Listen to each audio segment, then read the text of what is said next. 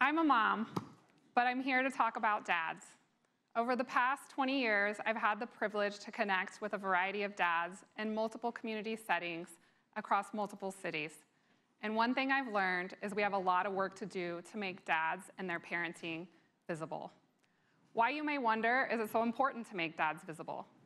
In order to build and sustain a thriving generation, we must acknowledge the work of every caregiver invited to be part of a child's life, and that includes dads.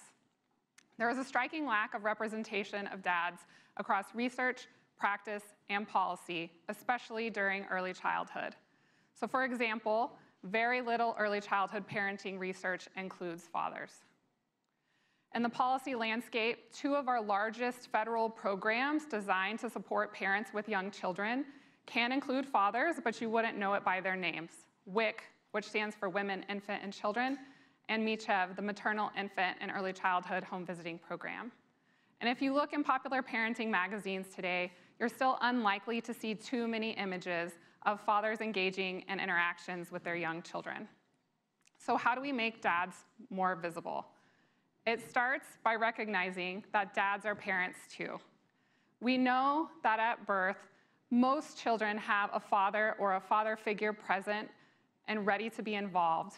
And dads across the economic spectrum participate from the start in things like storytelling, book reading, singing, cuddling, and taking their kids to doctor's visits. In one of our projects, when asked how to make dads visible, one father told us to, quote, "Start with changing the stigma of dads being only responsible for providing financially for his family. Dads are more than that. They are positive male role models and excellent advisors. Dads are just like moms in a sense of having to wear different hats for the family. Dads have a lot to offer." We are trying to hold true to the advice that dad and hundreds of others have given us over the years.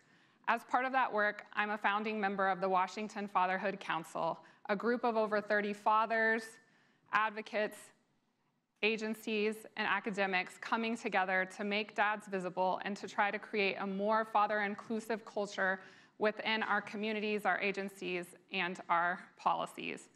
In 2019, we conducted a statewide survey of fathers to learn more about their service experiences.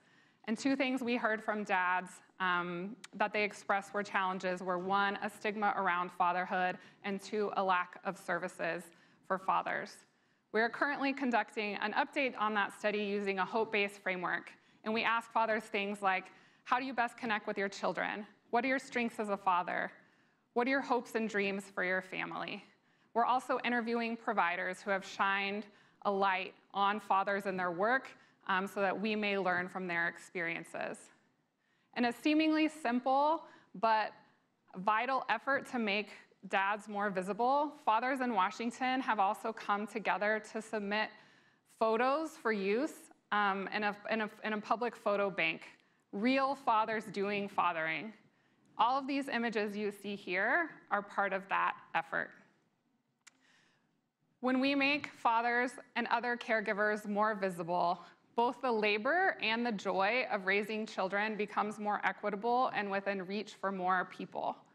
By making dads more visible, we can transform family systems, dismantle barriers, and create new possibilities for fathers, children, and families. So when you're out in the community, or you're in schools, or you're working in policy spaces, I invite you to join me in making dads visible. Acknowledge when you see dads doing really great things with their kids. Ask if they would feel included in family policies. Make them feel like they belong in spaces like preschools, pediatrics offices, prenatal classes, parenting groups, and early intervention programs. Include them in your research on families. Together, we can reimagine a world where all types of caregivers, including dads, feel represented and supported as parents. Thank you.